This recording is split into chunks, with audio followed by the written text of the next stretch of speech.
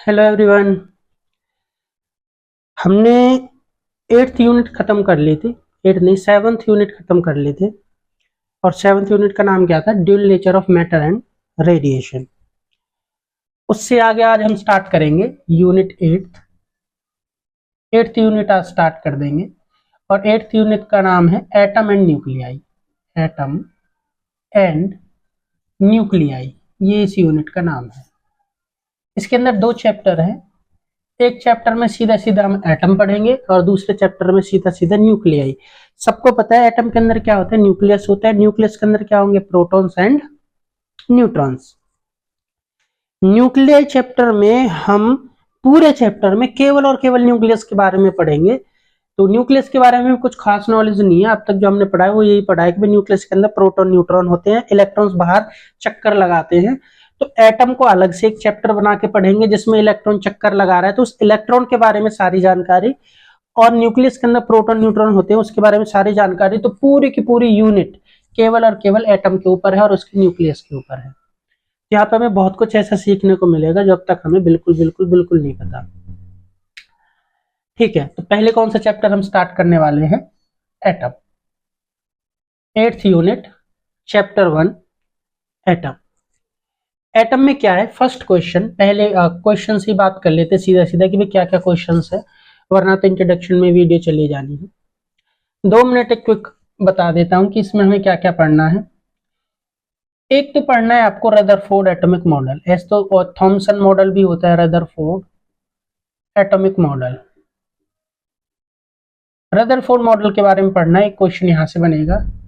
दूसरा किसके बारे में पढ़ना है? बोहर मॉडल के बारे में पढ़ना है कि रदरफोर्ड एटॉमिक मॉडल क्या है और बोहर एटॉमिक मॉडल क्या है। दैट्स इट, बस। बोहर मॉडल में सारे क्वेश्चन बन जाएंगे, बहुत सारे क्वेश्चन है बोहर मॉडल के। और रदरफोर्ड एटॉमिक मॉडल तो एक लिमिटेड है, इसमें 3 से 4 आपके क्वेश्चन है। बोहर मॉडल में बहुत सारे क्वेश्चन है, लेकिन इन 2 मॉडल के बारे में हम उतना पढ़ेंगे जितना हमने इससे पहले नहीं पढ़ा। मान लो आपने केमिस्ट्री में रदरफोर्ड मॉडल भी पढ़ा है, बोहर मॉडल भी पढ़ा है, बट उससे थोड़ा सा ज्यादा यहाँ पे हम करने वाले हैं। तो ठीक है, हमारा पहला क्वेश्चन स्टार्ट करेंगे which is Rutherford atomic model. इसमें सबसे पहला क्वेश्चन, वेरी फर्स्ट क्वेश्चन है रदरफोर्ड अल्फा स्कैटरिंग एक्सपेरिमेंट।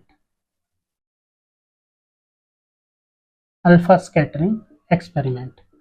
अब ये जो एक्सपेरिमेंट है इसमें हम काफी कुछ पढ़ने वाले हैं, लेकिन ऑफकोर्स की एग्जाम में डायरेक्ट ऐसे नहीं आता कि रदरफोर्ड अल्फा स्कैटरिंग एक्सपेरिमेंट को आप एक्सप्लेन करो, तो यहां से कोई क्वेश्चन नहीं बनता।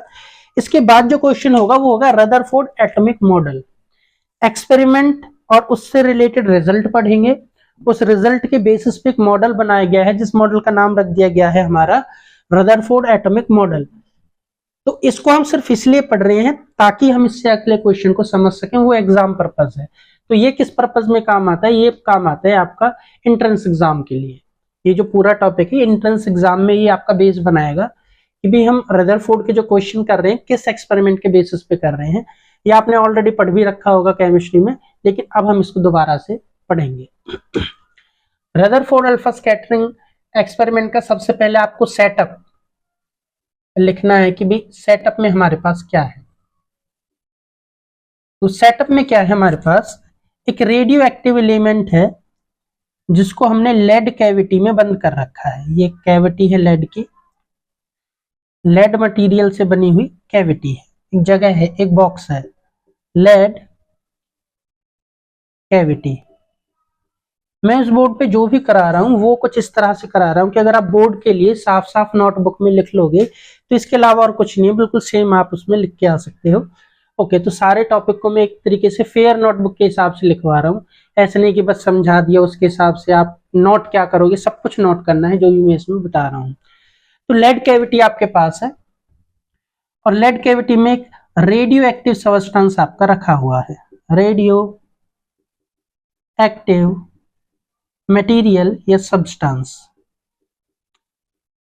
Radio active substance unstable substance होंगे, ऐसे अनस्टेबल सब्सटेंस होंगे जो धीरे धीरे धीरे धीरे टूट टूट के गायब हो जाते हैं। अब जैसे पेट्रोल गिर गया कहीं पे और पेट्रोल थोड़ी देर बाद इवेपोरेट होकर वहां से गायब हो जाएगा। वो रेडियो एक्टिव नहीं है, लेकिन मैं जस्ट एक एग्जांपल दे रहा हूँ कि वो धीरे धीरे वहां से गायब हो गया। पानी आपने कहीं पे डाल दिया, धीरे धीरे इवेपोरेट होकर वहां से गायब हो गया। लेकिन जब पानी इवेपोरेट होता है तो वो जो स्टीम का मॉलिक्यूल है, भाप का मॉलिक्यूल है, और जो पानी का मॉलिक्यूल है, दोनों का फॉर्मूला H2O ही है, दोनों एक ही चीज है। लेकिन रेडियो एक्टिव में कुछ अलग होता है कि जो ये है, जब इसमें से वो टूटेगा तो जो टूट रहा है और जो ये है वो अलग अलग हो जाएंगे, तो छोटे छोटे पार्टिकल में टूट जाएगा। जैसे मैं कहूँ कि इसका छोटा छोटा हिस्सा करके वो टूटने लग जाए, तो रेडियो एक्टिव सब्सटेंस ऐसे अनस्टेबल सब्सटेंस छोटे छोटे टुकड़ों में टूट जाते हैं। इसमें से क्या निकलेंगे? Alpha particle. क्या निकलेंगे इसमें से? अल्फा पार्टिकल ये निकलेंगे। ये अल्फा पार्टिकल निकल रहे हैं सब डायरेक्शन में, ऐसे ऐसे ये अल्फा पार्टिकल्स इसमें से निकल रहे हैं। नाम क्या रखा है मैंने? Alpha particle. अभी हमने बहुत छोटी छोटी वीडियो से जो लास्ट चैप्टर किया, बहुत छोटे छोटे क्लिप से किया, 3 मिनट 4 मिनट 10 मिनट मैक्सिमम। लेकिन धीरे धीरे अगर हमें सीखना है तो वीडियो की लेंथ भी बढ़ानी पड़ेगी और मुझे ज्यादा से ज्यादा एक्सप्लेन भी करना पड़ेगा अगर हम चाहते हैं कि हम अच्छे से सीखें। तो इसलिए हम वीडियो पे अब थोड़ा काम करने वाले हैं। तो यहाँ पे हमने अल्फा पार्टिकल लिया। पहले अल्फा पार्टिकल पे बात कर लेते हैं। अल्फा पार्टिकल क्या होता है? 2 प्रोटॉन और 2 न्यूट्रॉन जब आपस में जुड़ के एक सिंगल पार्टिकल बनाए, इस पूरे कॉम्बिनेशन को बोलते हैं अल्फा पार्टिकल। क्या इसमें कोई इलेक्ट्रॉन दिखाई दे रहा है? नहीं दिखाई दे रहा, तो इसमें इलेक्ट्रॉन नहीं होता। 2 प्रोटॉन 2 न्यूट्रॉन के कॉम्बिनेशन को क्या बोलते हैं? Alpha particle. इसका चार्ज इलेक्ट्रॉन के चार्ज से या प्रोटॉन के चार्ज से 2 गुना होता है और मास से 4 गुना होता है। ठीक है, तो आगे बढ़ते हैं। अल्फा पार्टिकल के सामने आपने रख दी एक स्लिट, एक शीट रख दी और उस शीट में खोल कर दिया, ये खोल कर दिया उस शीट में, इसको ऐसे ही दिखा दो बस, ये खोल कर दिया। अब क्या होंगे? ये अल्फा पार्टिकल रुक जाएंगे और ये अल्फा पार्टिकल ऐसे। तो यहाँ पे अल्फा पार्टिकल ये रैंडम निकल रहे थे, यहाँ पे एक बीम बन गई, beam of alpha particle. Beam जैसे laser beam, beam of alpha particle. Alpha particles की एक बीम बन गई, बीम ऑफ अल्फा पार्टिकल्स। ये बीम आगे जाएगी और एक थिन गोल्ड फॉइल से टकराएगी। Thin gold foil, thin gold foil, thin gold foil से टकराएगी। एक गोल्ड की बहुत ही थिन फॉइल होती है, इसकी थिकनेस बहुत कम होती है। ओके, और इससे अल्फा पार्टिकल की बीम टकराएगी। और जब इससे अल्फा पार्टिकल की बीम टकराएगी तो हम यहां से देखने को मिलता है कि अल्फा पार्टिकल ऐसे जाके कुछ तो क्रॉस कर जाएंगे और यहाँ पे एक स्क्रीन हमने लगा दी है। स्क्रीन, ये स्क्रीन हमने लगा दी इस तरह से। ये स्क्रीन है जिंक सल्फाइड की screen, ZNS, zinc sulphide screen. मतलब कोई भी एक वो लिया आपका सरफेस है और उस पर जिंक सल्फाइड की कोटिंग कर दी। जिंक सल्फाइड लिख देता हूं, जिंक सल्फाइड की कोटिंग इस पे कर दी है। एक स्क्रीन की तरह काम करेगा। कैसे काम करेगा? इस पे जिंक सल्फाइड की कोटिंग है। अगर ये अल्फा पार्टिकल यहाँ टकराया है तो यहाँ पे एक निशान बन जाएगा, फोटो इल्यूमिनेशन उसको बोलते हैं। ओके, यहाँ पे एक निशान बन जाएगा, हमें पता चलेगा कि भाई यहाँ पे इलेक्ट्रॉन आया है। सिमिलरली ये अल्फा पार्टिकल कहीं और भी पहुंचेंगे, यहां भी पहुंचे, यहां भी पहुंचे, तो हमने देखा कि ये निशान केवल यहां नहीं है, निशान इस पूरे पे हमें मिल जाती है। इसका मतलब है इसमें से जो अल्फा पार्टिकल क्रॉस कर रहे हैं वो इस करीब करीब इस स्क्रीन पे यहाँ पे अलग अलग जगह पे आपको दिखाई दे रहे हैं। तो इस तरह से आपको ये डायग्राम पूरा बनाना है और सेटअप में जितना मैंने बोल के बता दिया वही यहाँ पे हम इसमें लिखने वाले हैं। तो फर्स्ट ऑफ ऑल तो आप इस डायग्राम को बना लो, क्योंकि आप जैसे मैं सेटअप लिखूंगा जगह कम पड़ जाएगी तो मुझे डायग्राम मिटाना पड़ेगा और हम वो सेटअप अपना पूरा कर देंगे। तो लिखना स्टार्ट करते हैं। सेटअप में क्या है? इट कंसिस्ट ऑफ क्या है भी इसमें? It consist of a lead cavity of it consist of a radio active substance substance किसके अंदर रख रखा है, which is placed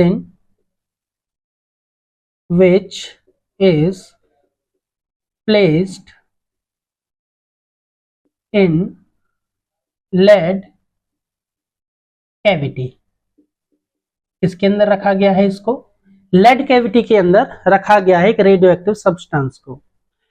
alpha particles are emitted out from it, इससे कौन निकलेगा, alpha particle. Alpha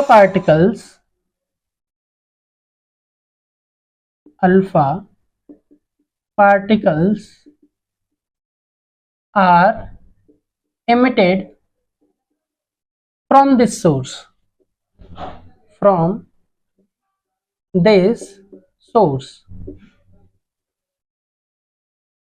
source alpha particle निकले, लेकिन ये ऐसे निकले पूरे में, जो भी जगह है इसके पास है उसमें से पूरे में निकले।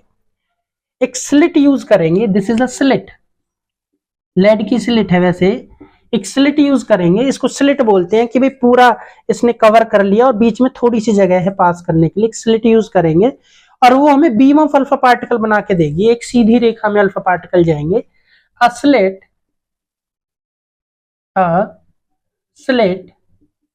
is used to provide a beam of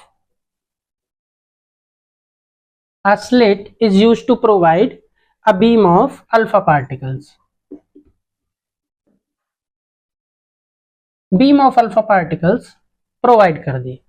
ये जो बीम ऑफ अल्फा पार्टिकल है ये थिन गोल्ड फॉइल से टकराएगी, इसके ऊपर पड़ेगी। Now this beam of alpha particle incident on a thin gold foil. Now this beam of alpha particles is incident over a thin gold foil, एक thin gold foil पे पड़ेगी।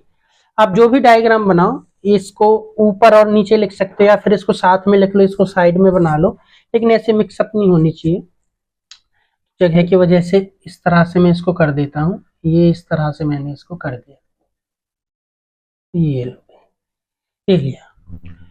A thin beam of alpha particle incident over a thin gold foil and the scattered electron, scattered क्यों बोल रहे हैं, इससे टकरा के इधर उधर बिखर रहे हैं, उसको बोलते scattered। सारे के सारे सामने मिलते तो scattered नहीं बोलते, ट्रांसमिटेड बोल देते। अब हम scattered बोलेंगे क्योंकि कुछ रिफ्लेक्ट भी होंगे, इधर उधर भी जाएंगे, और जो कुछ अल्फा पार्टिकल वो क्रॉस भी कर जाएंगे, तो स्कैटर्ड बोलेंगे। और स्कैटर्ड अल्फा पार्टिकल को किससे डिटेक्ट करोगे, जिंक सल्फाइड स्क्रीन से। Here the scattered alpha particles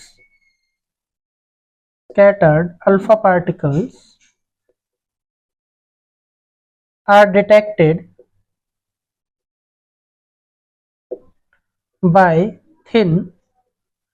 by zinc sulfide screen, zinc sulfide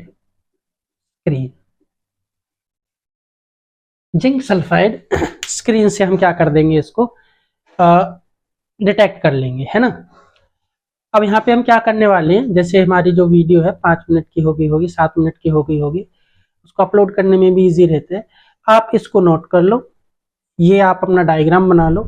इसी क्वेश्चन को, ये भी खत्म नहीं हुआ है, इसी में हम क्या करने वाले हैं आगे, इसी में हम इसकी ऑब्जर्वेशन लिखेंगे कि क्या ऑब्जर्वेशन थी, और उसके बाद फिर ये टॉपिक कंप्लीट हो जाएगा, फिर नेक्स्ट टॉपिक पे चलेंगे। तो फिलहाल आप इसको नोट कर सकते हैं।